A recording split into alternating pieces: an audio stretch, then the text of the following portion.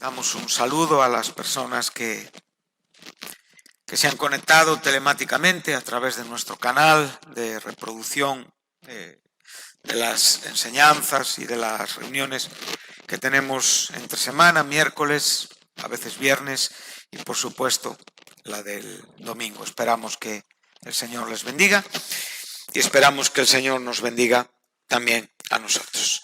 Bueno, volvemos al Evangelio de Juan, donde hemos estado el último día. Y vamos a ir al capítulo 5, al verso 44, que es el último versículo, para dar un salto al capítulo 7 y tener en nuestros dedos, aquí en la Biblia, separado nuestro capítulo 2 de Levítico. Bien, este siempre lo tenemos ahí como la referencia y la razón por la cual estamos construyendo y estamos tratando de compartir esta serie de sermones relativas a la humanidad de Jesucristo. Hemos podido llegar a través del estudio de la propia simbología o tipología de este capítulo 2 de Levítico al incienso, que es donde hemos estado el último domingo. Hemos podido ver la importancia de esta ofrenda en lo que ella es y representa. Hemos podido admirar y contemplar, entendiendo que hemos hecho lo que hemos podido y que tenemos muchos más argumentos de los que yo he podido expresar aquí y que en la Biblia se encuentran para todos nosotros, para poder, como digo, admirar, para poder ser inspirados en la propia persona y carácter humano de nuestro Señor Jesús en su vida espiritual. Hemos podido ver la importancia de que esta ofrenda de harina, de que esta humanidad realmente fue amasada con aceite, lo cual nos enseña que Cristo fue concebido por el Espíritu Santo. Y por otro lado hemos podido ver que a esa masa también se le añadía aceite, lo cual es un símbolo, es un tipo de que Cristo fue empoderado por el Espíritu Santo. O sea, Cristo comenzó su ministerio bajo el poder, bajo la unción, bajo la dirección del Espíritu Santo. Y hemos podido ver que en ese propio sacrificio tenemos dos elementos importantes, además del aceite, que es un tipo del Espíritu Santo, es el incienso, lo cual, para aquellos que agradecen el recordatorio, es el objeto por el cual el propio Hijo realmente era ungido. O sea, realmente era empoderado para poder llevar a cabo las obras de Dios. Y evidentemente el incienso lo que le da es el sentido del objeto de esas obras de Dios, que es la gloria de Dios. Entonces aquí cada creyente, cada hermano, cada persona aquí en esta mañana tiene que pararse un momentín sobre su vida y ver realmente qué hay de todo esto en su propia experiencia. Siendo conscientes de que mucho de lo que hacemos no arde en el altar y que nace en una buena voluntad, en una buena intención y que es mantenido bajo los propios intereses de cada corazón que defiende su propia razón en la vida. ¿Sí? A veces, como digo, no todos escuchamos con atención, pero a veces en la falta de escuchar con atención, después lo que añadimos es imaginación al mensaje. Y entonces cada quien ahí sabe dónde termina o dónde no termina su idea de las cosas. Por eso es importante contrastar. Por eso es importante confrontar nuestra propia realidad, nuestras propias razones, nuestros propios objetos e incluso pensar en ese elemento que sigue o subsiguiente, que es la sal, lo cual le da un carácter pactal, un carácter donde realmente podemos ver la perpetuidad de lo que aquí se nos está enseñando, ¿no? Entonces, podemos ver que Dios es el inicio siempre de las cosas.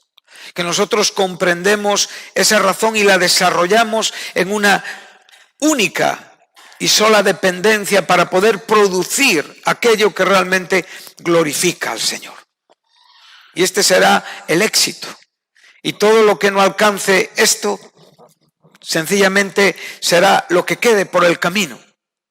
Inútil, inservible, vano, y que no habrá ayudado absolutamente a nadie en el reino de los cielos. Entonces, hemos podido ver en el capítulo 5, y hemos podido trasladar la enseñanza del incienso a la propia vida de Jesús y después tratar de aplicarla en lo que nosotros podemos comprender o entender. Entonces Cristo, después de enseñar y hablarles acerca de que Él conocía que no había amor, el motor de su intención no era el amor de Dios, era el autoamor a ellos mismos. Esto es algo que hay que diferenciar. Si lo que está cargando tu vida es tu propia autoexaltación. Hay cristianos que constantemente están padeciendo, siempre terminan frustrados, siempre a veces terminan insatisfechos y realmente piensan que el asunto de esa insatisfacción tiene que ver con que Dios no está con ellos, con que no sienten la presencia de Dios, con que hay grandes ausencias de Dios en su propia vida. Y yo quiero decir, con el máximo respeto, que las ausencias de Dios obedecen únicamente a que vivimos demasiado tiempo en nuestra propia autoexaltación. Entonces, si nosotros queremos saber por qué a veces no sentimos a Dios o sencillamente no estamos sintiendo su presencia, su acompañamiento en nuestras vidas, es porque vivimos mucho con nosotros. Claro, en una manera, como digo, bíblica, relacionándonos con la Biblia, pero en una manera equivocada. Entonces Jesús les decía, vosotros leéis la Biblia, tenéis la Biblia, pero sin embargo no comprendéis la Biblia. Porque si comprendierais la Biblia, estaríais comprendiendo quién soy yo.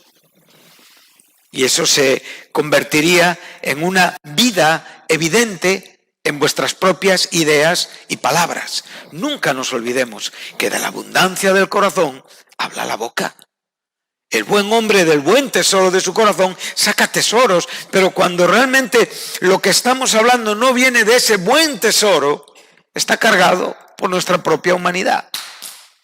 Y puede ser pastor, puede ser maestro, puede ser quien tú quieras que seas. Que lo que yo diga, si está cargado en mi propia humanidad o en lo que yo he aprendido en los años, no servirá absolutamente para nadie. Por eso cuando escucho hablar, Señor, pon palabras. Lo que cae sobre mí es un peso de responsabilidad diciendo, Señor, ayúdame a estar a la altura. Yo no puedo. Entonces esto es importante para algunos, menos importante para otros y nada importante para otros en esta mañana.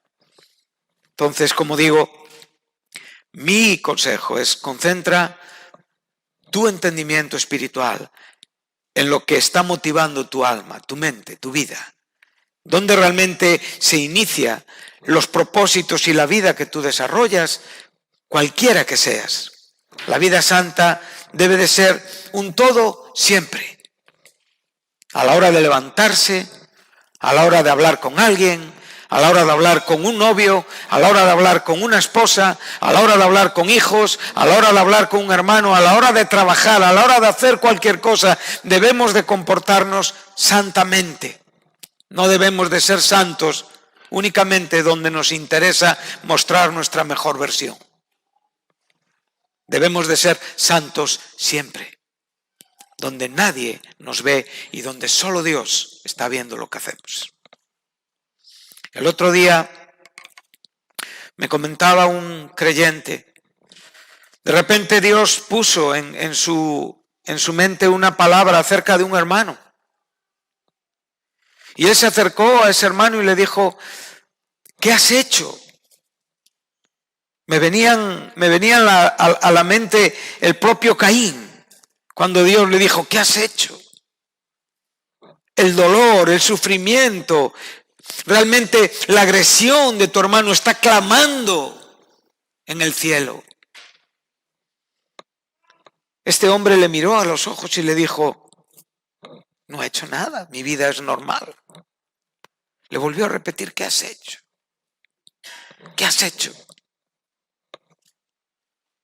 Y él tenía un pecado oculto, guardado por mucho tiempo, que estaba totalmente influyendo y deteniendo la prosperidad espiritual en su vida.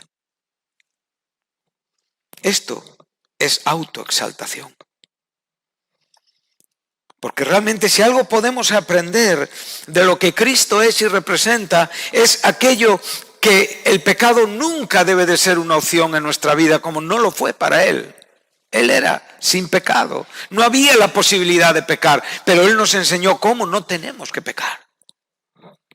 Y esto debe de ser para ti algo principal en la vida, porque no podremos nunca avanzar si existen pecados ocultos.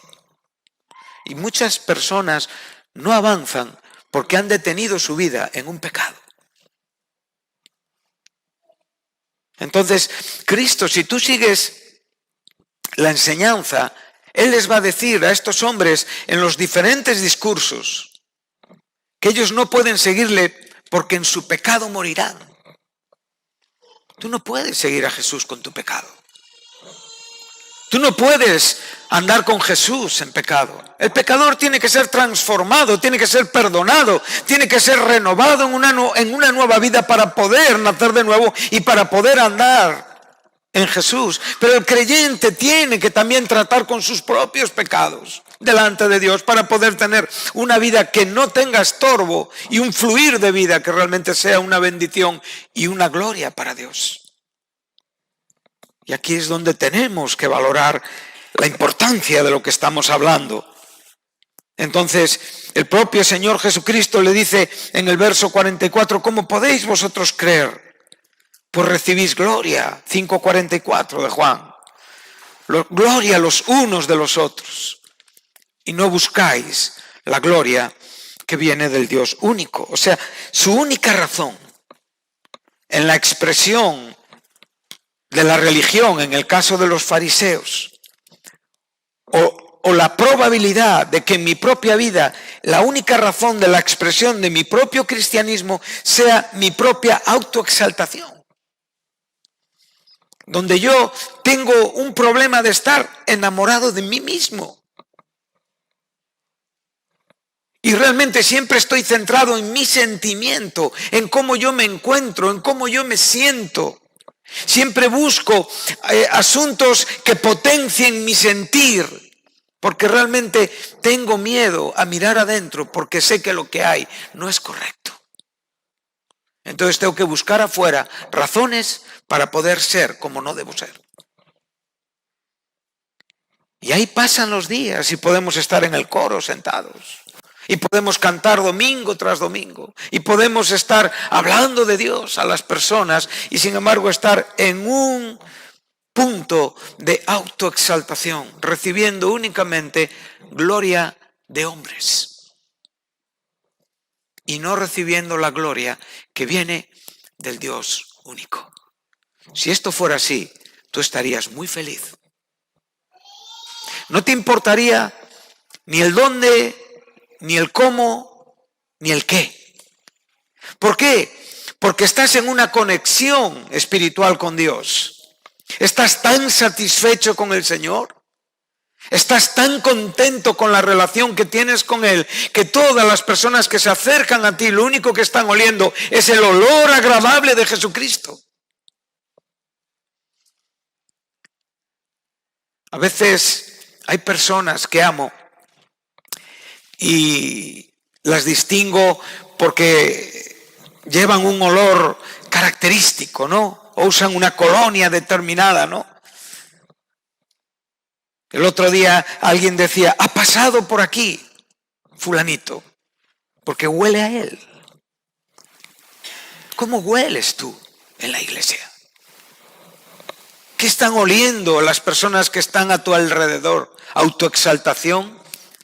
la amargura que tienes en tu propia alma, porque no estás recibiendo la gloria que viene del Dios único. Porque tu vida no está ardiendo en el altar, porque realmente no estamos llevando esa motivación, esa felicidad de ese holocausto maravilloso, que es venir a esa bendita cruz donde Cristo se ofreció a sí mismo por nosotros y donde realmente yo puedo ofrecer ese sacrificio agradable y santo, que es la norma de cada creyente. Ese es nuestro altar. Ese altar arde, como veremos, con fuego constantemente. Entonces, es imposible mantener esa privacidad de vida que tanto contradice y tan opuesta es a la santidad de Dios, y tratar de mezclarla obteniendo un cristianismo aceptable. Esto no existe, hermanos. Lo que no inicia Dios no puede ser dado a través de Jesucristo y no puede ser recibido como un olor grato. No pierdas más tiempo ahí. No te dediques más a este tipo de vida de fama religiosa. No importa quién eres en cuanto a lo que otros puedan ver en ti. Importa quién realmente eres delante de Dios, porque eso hará que otros vean y huelan en ti la vida de Cristo. Esto es bueno, hermanos. ¿Sí? ¿No? Amén. Entonces estamos viendo cómo perseguimos la gloria de los hombres. ¿Por qué predicas? ¿Por qué compones canciones? ¿Por qué cantas? ¿Por qué quieres acercarte a una chica? ¿Por qué quieres iniciar una relación con un chico? ¿Por qué anhelas tener una posición, una función, un oficio en la iglesia? Todo es ¿por qué? ¿Por qué? ¿Por qué? ¿Por qué hacemos las cosas? Porque perseguimos la gloria que viene del Dios único. Entonces esto no me va a hacer sentir envidia de nada de lo que tú tienes. Al contrario, voy a sentir gozo por todo lo que tú tienes. No se me arrugará la cara cuando Dios te esté bendiciendo a ti, porque yo estoy tan bendecido también. No demudará mi semblante, no actuaré con agresividad, no seré irónico, no tiraré la típica frasecita que lo único que hace es dañar ese perfume. Recuerda que el perfume se daña por un poquito de porquería. Y todo ese perfume es dañado. Un poquito. Creo que lo que hablamos no es un imposible, si no, no estaría en la Biblia. Lo que pasa es que nos hemos acostumbrado a ser así. Y esto es un error. Pregúntate, ¿qué quieres? ¿Qué buscas? ¿Por qué lo buscas? ¿Y para qué lo buscas? Eso es importante. Vamos al capítulo 7, un poquito más adelante. Ya Cristo está en la fiesta de los tabernáculos.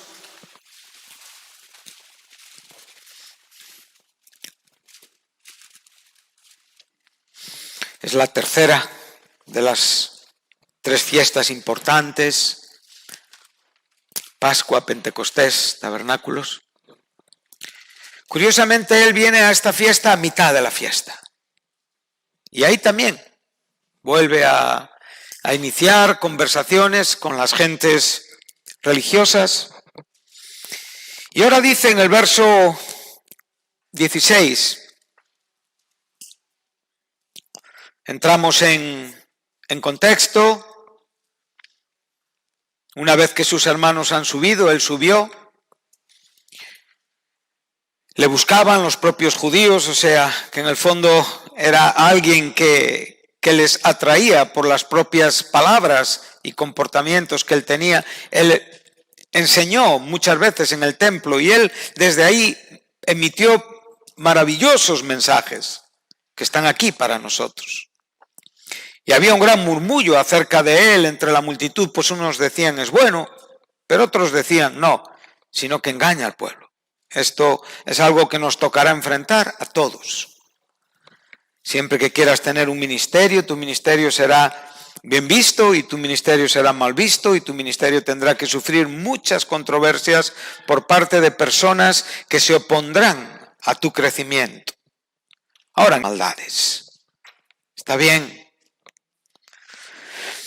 Entonces dice, pero ninguno hablaba abiertamente de él por miedo a los judíos. Mas a la mitad de la fiesta subió Jesús al templo y enseñaba. Ahí está de nuevo en el templo enseñando. Y se maravillaban los judíos diciendo, ¿cómo sabe estas letras sin haber estudiado? Interesante juicio, ¿no? Que también los propios discípulos de él tuvieron que confrontar, entendiendo que el orgullo religioso de Jerusalén impedía pensar que nadie que no hubiera sido formado en las academias rabínicas de Jerusalén tendría valor. Pero sabemos que Jesús no solamente era aquel que vino del Padre, sino que él realmente también, en la ciudad donde él vivía, en Nazaret, habitualmente estaba en las sinagogas. Y por lo tanto, Jesús no dejó de estudiar la palabra juntamente con sus semejantes y con sus hermanos. Era un hombre que vivía, evidentemente, con aquellos que compartían y pensaban la fe en Dios. Ahora dice, Jesús le respondió y dijo, mi doctrina no es mía, sino de aquel que me envió. El que quiera hacer la voluntad de Dios conocerá si la doctrina es de Dios o si yo hablo por mi propia cuenta. El que habla por su propia cuenta, su propia gloria busca, pero el que busca la gloria del que le envió, este es verdadero y no hay en él injusticia. Dice ahora un poquito más adelante, en el verso 28, observa lo que aquí se nos dice. Decían entonces unos de Jerusalén, ¿no es este a quien buscan para matarle? Verso 26, pues mirad, habla públicamente y no le dicen nada. ¿Habrán reconocido en verdad los gobernantes que este es el Cristo? O sea, la posibilidad de que Cristo fuera el Mesías era el debate. Era un asunto que estaba existiendo en las propias mentes del pueblo que le escuchaba. Ahora dice, pero este sabemos de dónde es, mas cuando venga el Cristo nadie sabrá de dónde sea. ¿Cómo es esto? Miqueas profetizó 500 años que nacería en Belén, el pastor de Israel. Por lo tanto, aquí lo que estamos encontrando es cuánto habían tergiversado y cuánto habían torcido las verdades del Antiguo Testamento estos religiosos. ¿Para qué? Para su propia conveniencia. Él les está diciendo, es Moisés, varias veces le repiten en el contexto de Juan 5, en este propio contexto, es Moisés quien realmente respalda lo que yo estoy diciendo, es Moisés a quien vosotros leéis, pero que no interpretáis.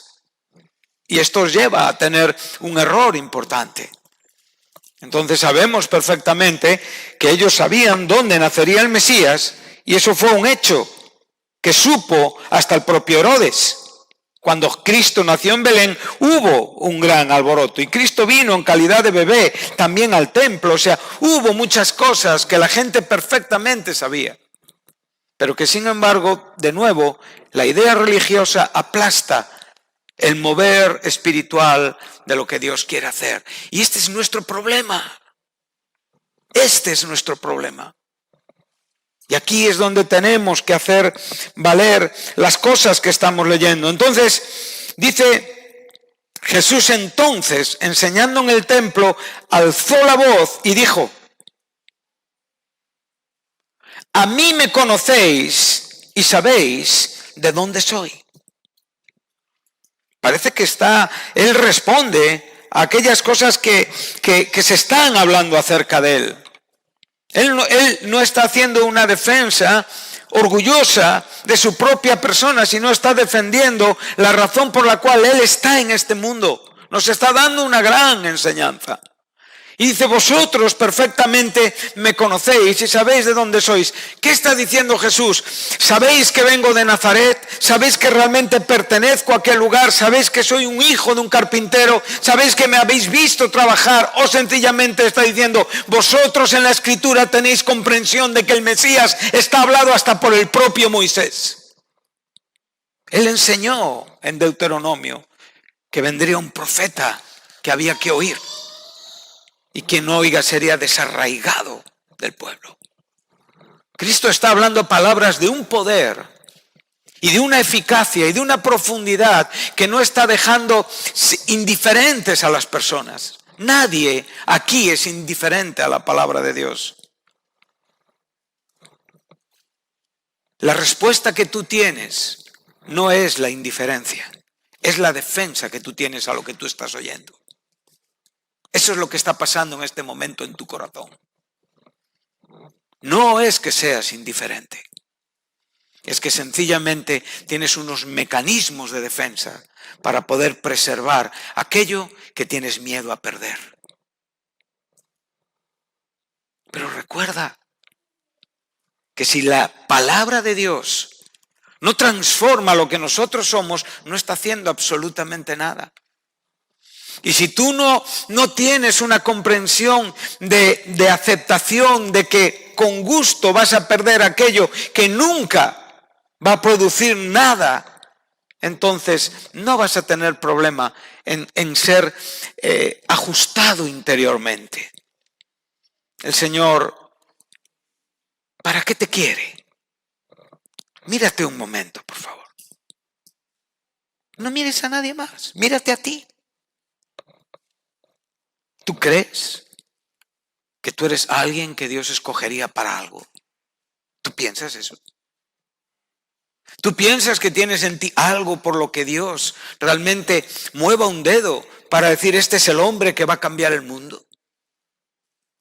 ¿Este es el pastor que realmente va a hacer de una iglesia algo diferente y especial? ¿Este es el guitarrista que realmente va a cantar y va a... ¿Tú crees que alguno de los que estamos aquí tenemos esto en nosotros mismos? Entonces, ¿por qué no confías en lo que Dios quiere hacer de ti? ¿Por qué no te arrojas en los brazos de aquel que va a conducir mejor tu vida que tú mismo?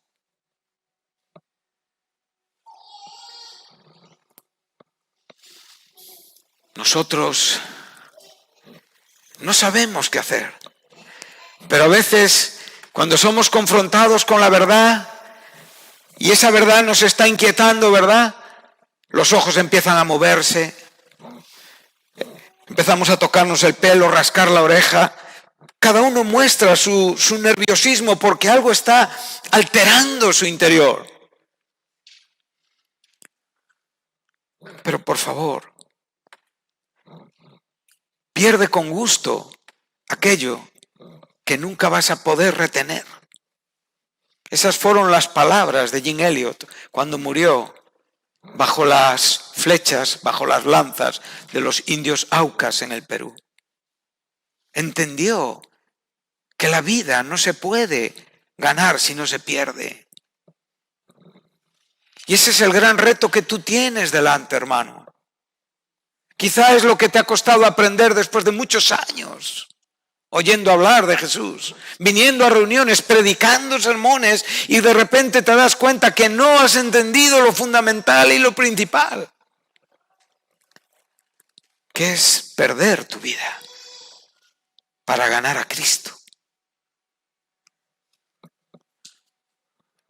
Pero seguimos con nuestras teologías, seguimos enredando, seguimos pensando que en cierta manera nosotros somos todavía la solución, porque estamos tan fuertes y a la vez tan débiles para confiar a Dios nuestros designios, nuestro destino y todo lo que realmente nos preocupa, que nos aferramos a lo único que tenemos, y lo único que tenemos, ¿qué es? Nosotros. Eso es lo último que realmente queremos perder, porque sin eso no tenemos nada. Pero eso es lo que hay que perder para andar con Dios.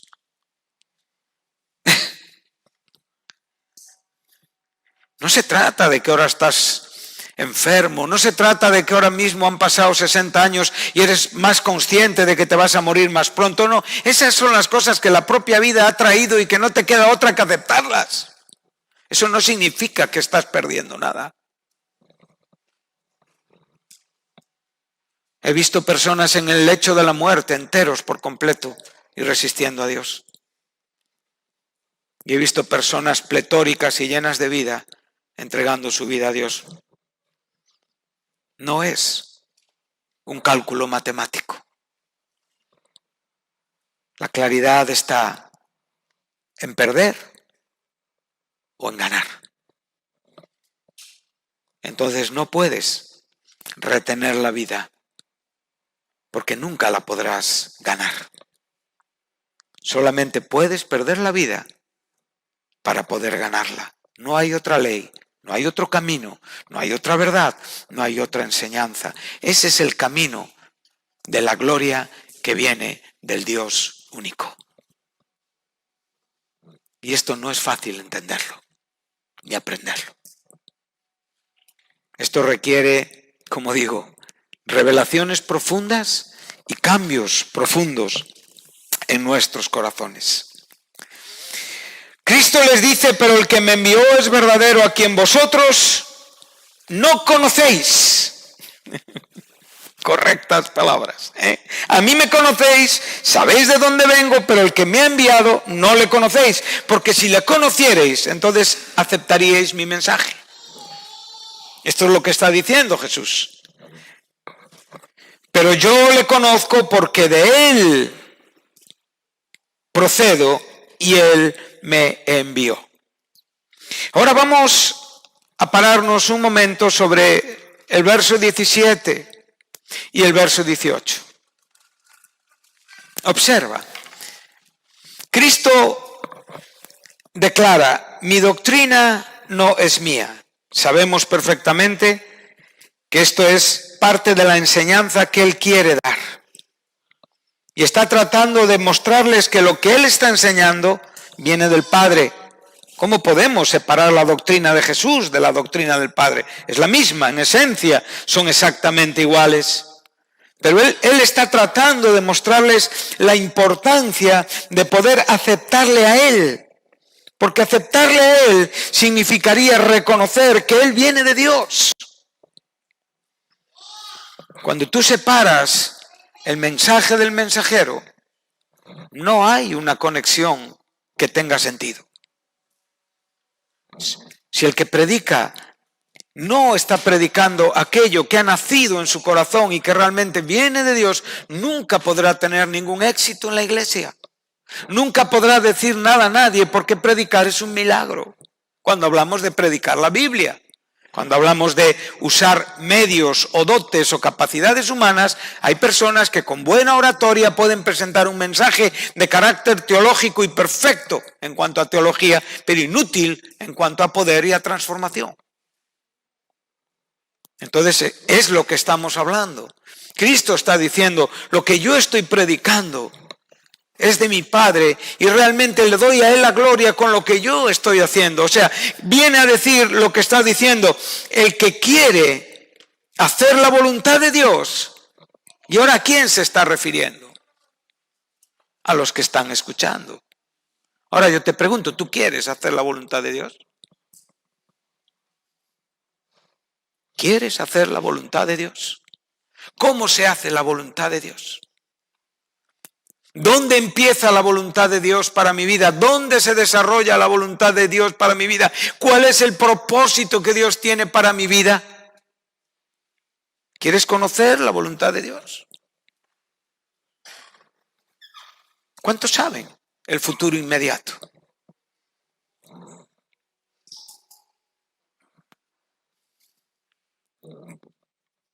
No lo sabemos. Sabemos algunas cositas. Tenemos algunos propósitos. Podemos saber a corto plazo que voy a ser padre o madre. Voy a casarme en unos meses. Voy a iniciar alguna cosa Pero eso es una parte muy pequeña de la voluntad de Dios. Estoy hablando de mucho más. De todo lo que está aquí para ti, para cada uno de nosotros, si realmente queremos comprenderla. Pero ¿cómo vamos a comprender esta voluntad de Dios? Primeramente, aceptando que esta doctrina es de Dios, que esta verdad es de Dios, que realmente y espiritualmente está llevándonos a una comprensión que hace que nosotros no actuemos por nuestra propia cuenta. ¿Cómo puede ser que tú recibas la doctrina de Dios? ¿Cómo puede ser que yo reciba la doctrina de Dios y que realmente actúe por mi propia cuenta? Eso indica que mi doctrina no es de Dios, es mi propia doctrina. Por eso Jesús está enfatizando lo que aquí nos está enseñando. Yo vengo del cielo, yo tengo un permiso celestial, yo he sido enviado, yo he sido comisionado. Yo no he dado un inicio a mi vida por mi propia voluntad, no he decidido ser pastor, no he decidido ser predicador, no he decidido, sencillamente Dios me ha comisionado, Dios ha puesto el punto de partida por su pura gracia. Y yo lo único que he hecho es disponer mi corazón para que Él haga como Él quiere con mi vida y yo pueda descubrir qué es lo que Dios quiere de mí. ¿Quieres descubrir lo que Dios quiere de ti? ¿De verdad quieres descubrir esto? ¿Quieres asomarte a la voluntad de tu futuro en Cristo?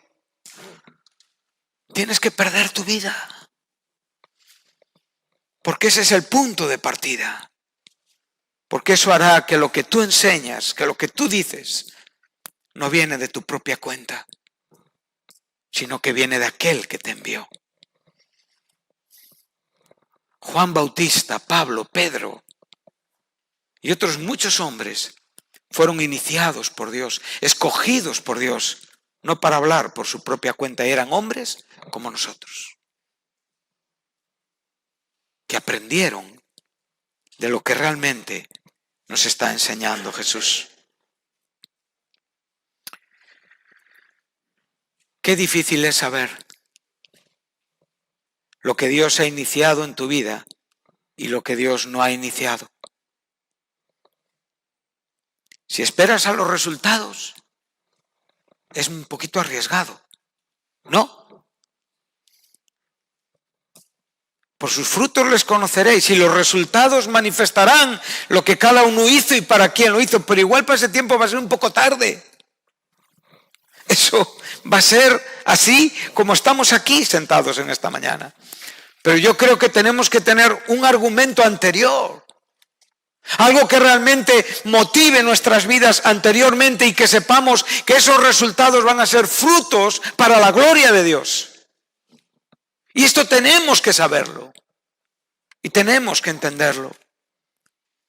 Pero para esto se requiere mucha diligencia, mucho corazón, mucha disposición. Se requiere entregar todo lo que tú eres. Quizá ya basta el tiempo. Como bien vemos en la Biblia, ya basta el tiempo pasado, como decía el apóstol Pablo. Ya basta el tiempo pasado para andar como gentiles, para pensar como gentiles. Vengamos a pensar como Dios piensa.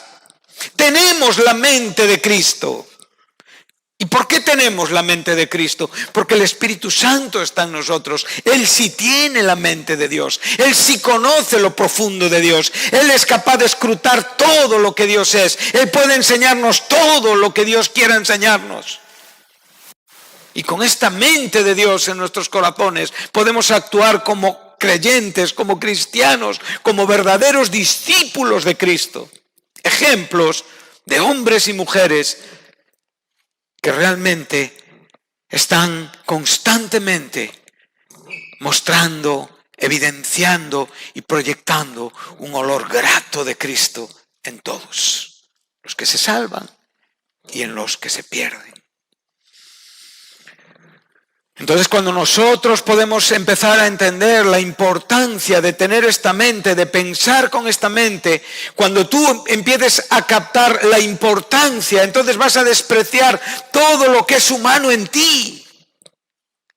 Todo lo que carga la carne, vas a darte cuenta que eso no trae una buena intención. ¿Cómo un buen creyente, caminando por la vida por fe, puede llevar a cabo las acciones más terribles? ¿De dónde sale esto? ¿Sale de la nada? No, has descuidado los principios fundamentales de tu vida. Y el pecado está a la puerta a la vida de todos. Pero cuando tú entiendes que no andas en el mundo por tu propia cuenta, que estás buscando la gloria que viene del Dios único, que el incienso para ti es importante y que la gloria de Dios está en juego. No es que Dios necesite nuestra gloria, Él se satisface cuando tú le das gloria. Él en sí mismo es la propia gloria. Cristo es el resplandor de la gloria de Dios. Piensa por un momento que un ser como yo puede dar gloria a Dios. Alguien que realmente incapaz, sin recursos, que algo que sale de ti y algo que sale de mí le da la gloria a Dios. ¿No te parece esto importante?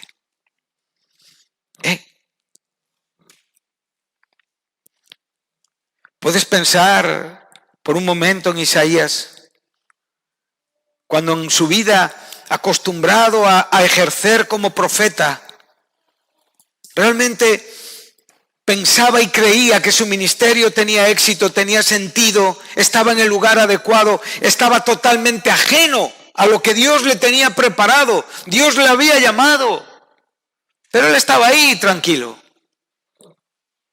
actuando, enseñando la ley, profetizando, hablando. Y un día Dios tiene a bien revelársele.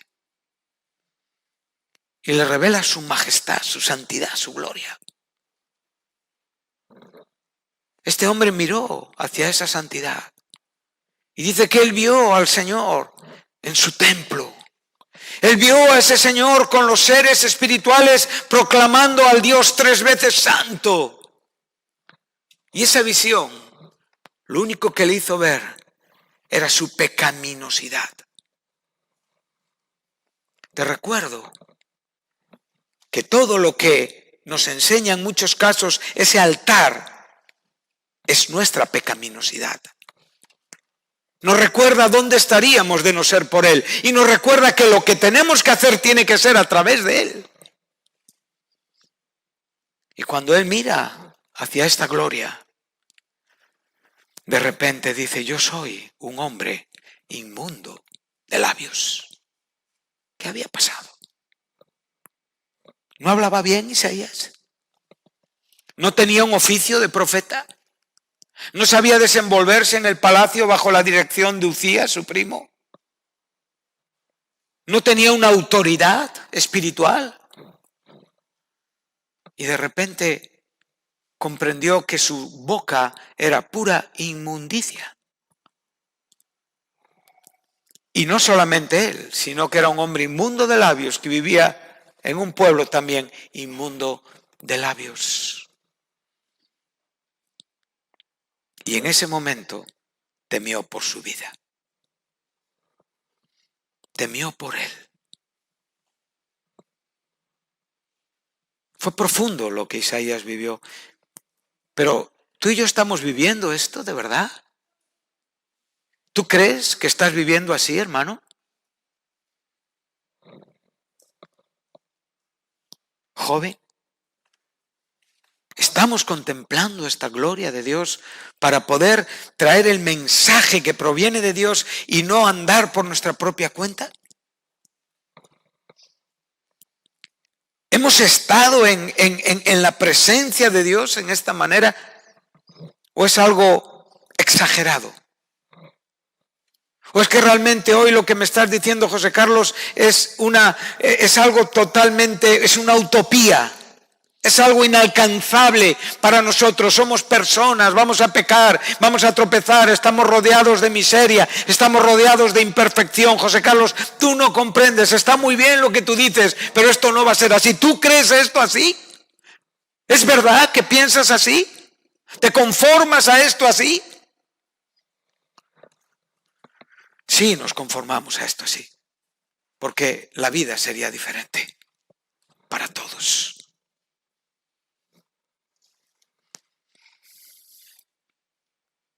Dios nos está llamando a su gloria. Dios nos está llamando a predicar su reino.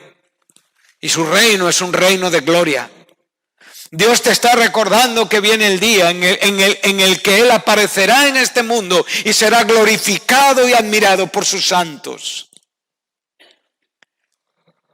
Nuestras expectativas marcan nuestro vivir diario.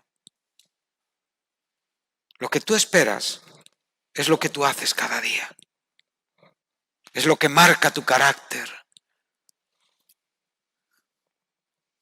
Pero nos hemos acostumbrado. Y las cositas van mejorando, ¿verdad? Pero no hablo de mejoras. Hablo de gloria. La gloria de Dios no es mejorable. No tiene grados. Es gloria. O es gloria o no es gloria. Es gloria de Dios o no es gloria de Dios.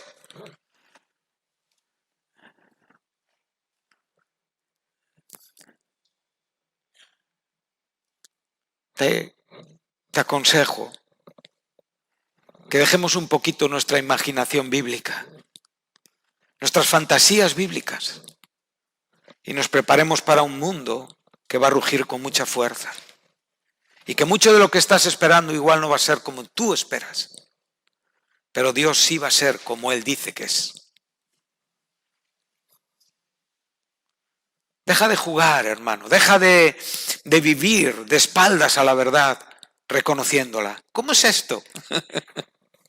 Dios existe, pero vivo de espaldas. Baste ya el tiempo de vivir como gentiles para que realmente podamos vivir como personas que están entendidos, con una mente espiritual y con una actuación espiritual y con un terreno tan maravilloso en medio de un mundo que necesita hombres y mujeres de Dios llenos de fe, llenos de confianza y no de imaginación bíblica.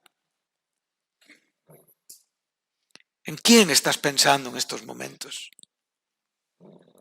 Esto determina la atención que estás teniendo al mensaje.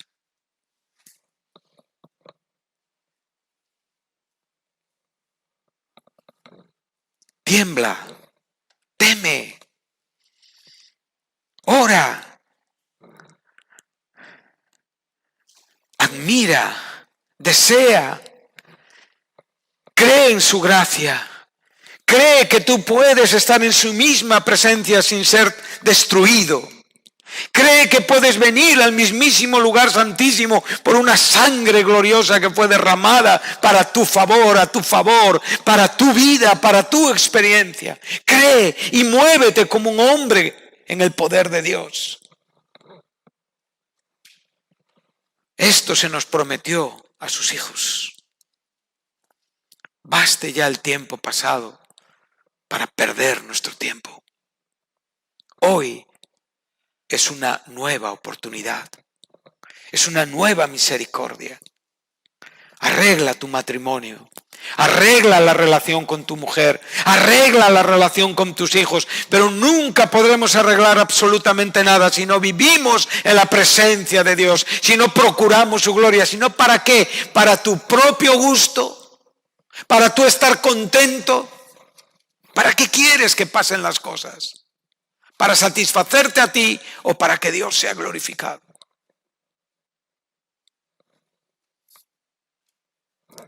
Estoy haciendo un llamado a la vida en Cristo.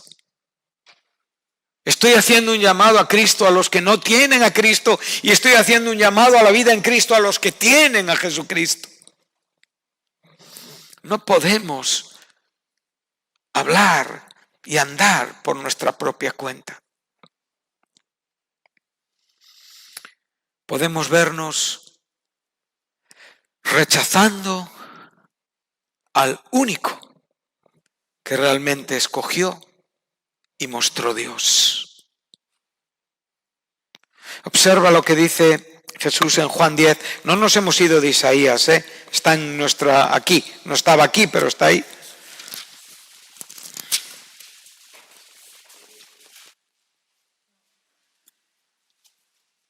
Verso 36, capítulo 10 de Juan.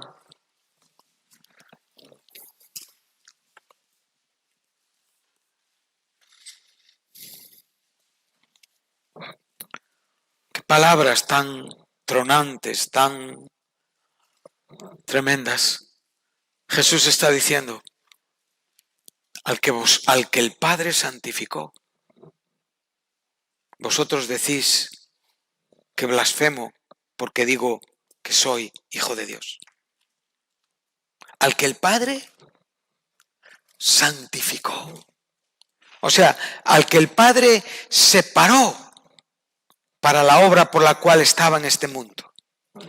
Al que el Padre consagró para decir lo que estamos escuchando en esta mañana en estos textos del apóstol Juan.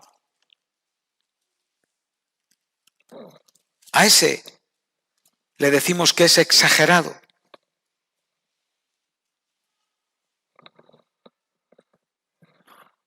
Isaías tuvo una revelación de Jesucristo.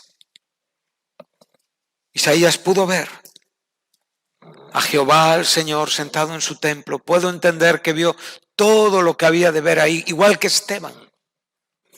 Esteban lo vio en su muerte, Isaías lo vio en el inicio de su vida. Y si tú no lo ves, no puedes iniciar una vida ministerial. Si tú no tienes una revelación profunda de quién es el Señor, de quién es Jesucristo, no podemos iniciar la vida, porque la vida se inicia en la santificación de Dios.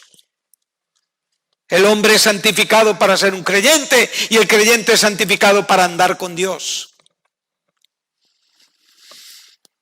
Estas cosas debemos de comprenderlas. Y es ahí donde Isaías, mirando a ese cielo, dice que uno de los serafines abandonó ese lugar y vino con un carbón encendido y tocó su boca. Y esa boca fue santificada. Y esa boca fue preparada, apartada para ser la boca de Dios, como fue Isaías como profeta. Y entonces se hizo esta pregunta: ¿a quién enviaré? ¿Y quién enviaré? ¿Y quién irá por nosotros? Entonces, ahora sí, heme aquí, envíame a mí, una vez que fue santificado. Si tú no eres santificado, ¿a dónde vas? Vas con tu discurso. Vas por tu propia cuenta.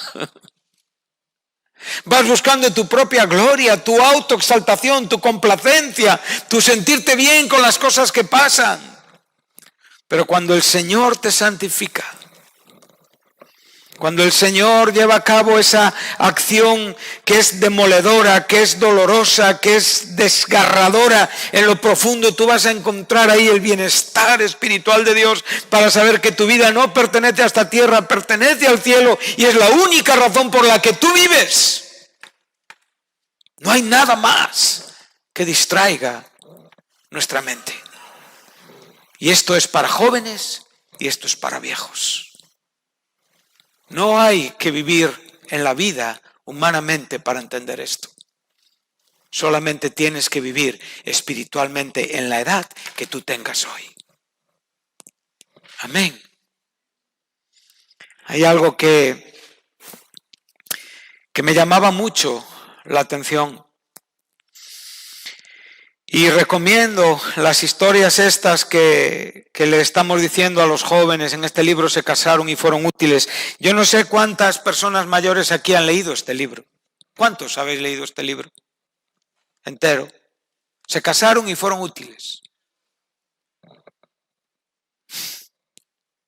Ha tenido mucho éxito este libro.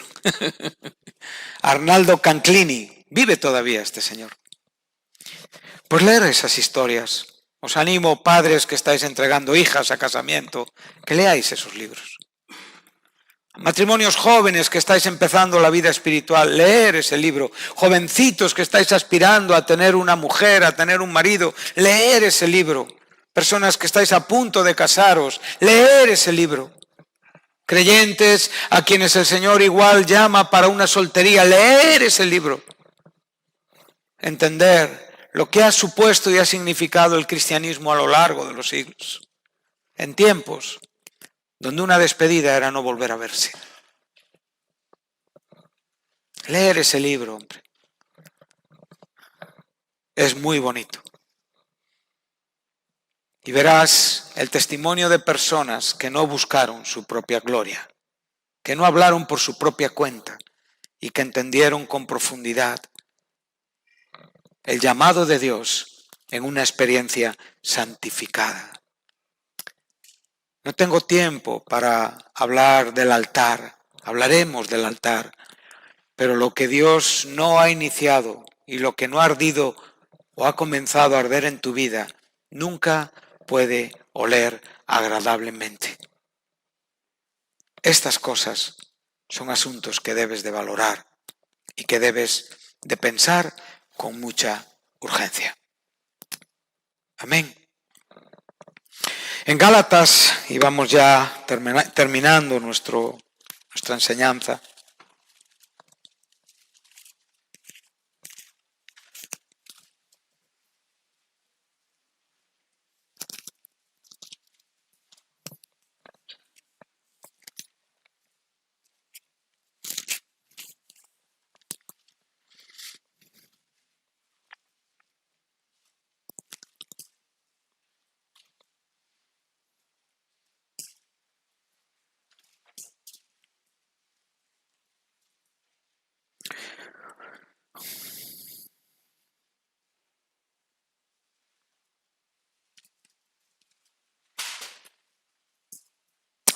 el apóstol Pablo está hablando a la iglesia de Galacia. Algunos piensan que es su primera carta, otros creen que es Tesalonicenses. Bueno, de todos modos, fueron iglesias en su primer viaje misionero.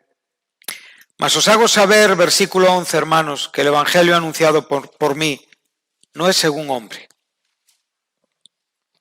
Lo cual, evidentemente, no entendería estas palabras del apóstol si no hubiera una posibilidad de predicar en cierta manera el evangelio en una manera humana.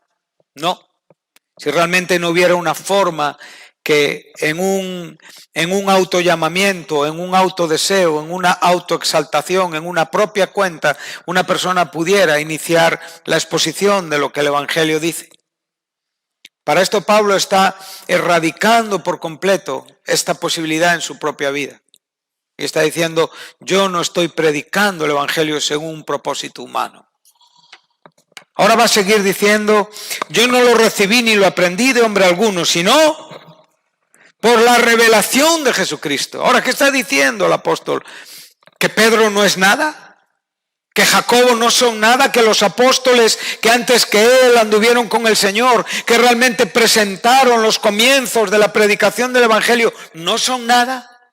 No, son instrumentos para la gloria de Dios, son personas a quien hay que bendecir a Dios por sus vidas, por sus trabajos, pero si tú no recibes en el mensaje, ya sea predicado por un hombre, en tu propia experiencia en oración, en tu propia lectura bíblica, una comisión profunda y espiritual que parte de Jesucristo y que parte en la revelación de Jesucristo, no hay ministerio, no existe el ministerio. Sencillamente hay un andar por nuestra propia cuenta. Y no hay autónomos en la iglesia. Ni os preocupéis que tampoco hay ERTES, ni paro.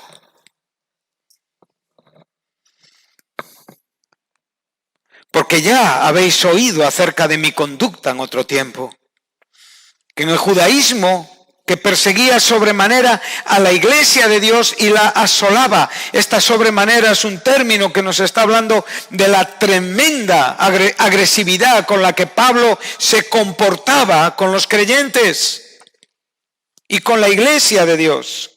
Y el asolamiento, la constante acechanza. era un instrumento del diablo.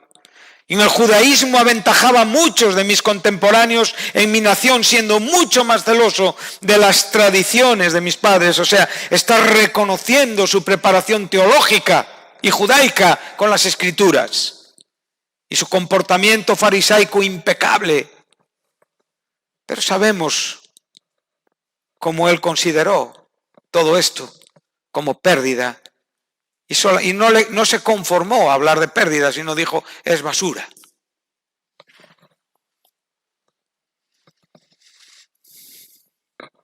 Y ahora el verso 15. Pero cuando agradó a Dios, que me apartó desde el vientre de mi madre. Curioso. ¿Cuándo fue apartado?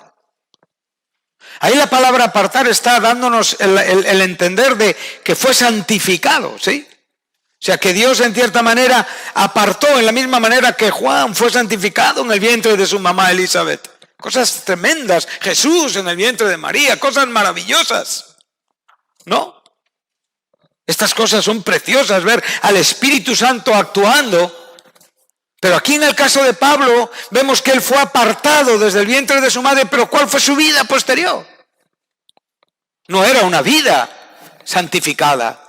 Él está reconociendo que era una vida totalmente contradictoria y contraria a la iglesia de Dios, a los santos, al propósito de Dios. Por eso el propio Pablo nos enseña que aunque hay una preelección de Dios, aunque hay una acción que precede al propio engendramiento del apóstol en la barriga de su mamá, hay un momento donde es llamado por la gracia. Y eso ocurre en vida. Y sabemos dónde ocurrió, camino a Damasco. Amén. Y camino a Damasco el Señor Jesús se le apareció y le dijo, Saulo, Saulo, ¿por qué me persigues? Dura cosa es dar coces contra tu propio aguijón. Estás viviendo por tu propia cuenta. No entiendes quién soy yo, no entiendes quién soy Dios. ¿Quién es Dios? Y Pablo dijo, Señor, ¿qué quieres que haga? Supo en un momento quién era Jesús. Fue llamado por la gracia de Dios. Y una vez que fue llamado por la gracia de Dios, no hubo más consultas a carne ni a sangre. Se dedicó a hacer lo que Dios quiso de él. Y en el momento adecuado, Pablo emergió y apareció como el apóstol, siendo un predicador del Evangelio en las iglesias, el hombre posiblemente más prominente de todo lo que es el Nuevo Testamento, ¿sí? Y en todos los lugares se decía, antes perseguía, ahora predica. Predica sencillamente porque Dios lo santificó. Dios tiene un propósito para cada uno de nosotros, pero tú tienes que responder a ese llamado y a esa revelación. Y tienes que tener una disposición y una fe. Y si no, estás viviendo en tu propia historia. ¿Estamos dispuestos? Jóvenes, ¿estáis dispuestos? Os tiro un guante, lanzo un reto en el nombre del Señor. Procuráis la gloria que viene del Dios único. Hermano, procuramos la gloria que viene del Dios único. A ti que hoy estás aquí siendo un cristiano que llevas 3 días andando con el Señor, y a ti que hoy estás aquí que eres un cristiano que lleva 20 años o 30 años andando con el Señor. El Señor hoy nos está retando a una vida profunda, a una vida de revelación y a una disposición a perder aquello que no podemos retener. Se te está escapando la vida entre tus manos y tú piensas que lo estás haciendo bien.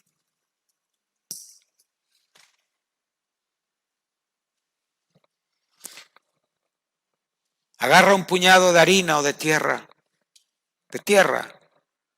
sobre todo de arena de playa, y ponla en la palma de tu mano. Con la palma abierta, si sopla el viento es posible que vuele la arena.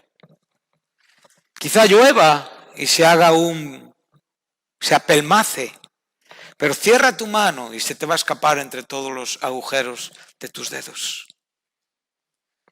Así es la vida de muchos.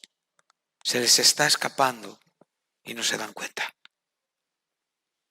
Es la búsqueda de la propia gloria. Y esto es algo que te puede estar pasando a ti, hermano, a mí, a cada uno de nosotros. Por eso necesitamos una revelación del cielo. Por eso necesitamos, y ya volvemos a Juan y terminamos, este tipo de experiencias, ¿no?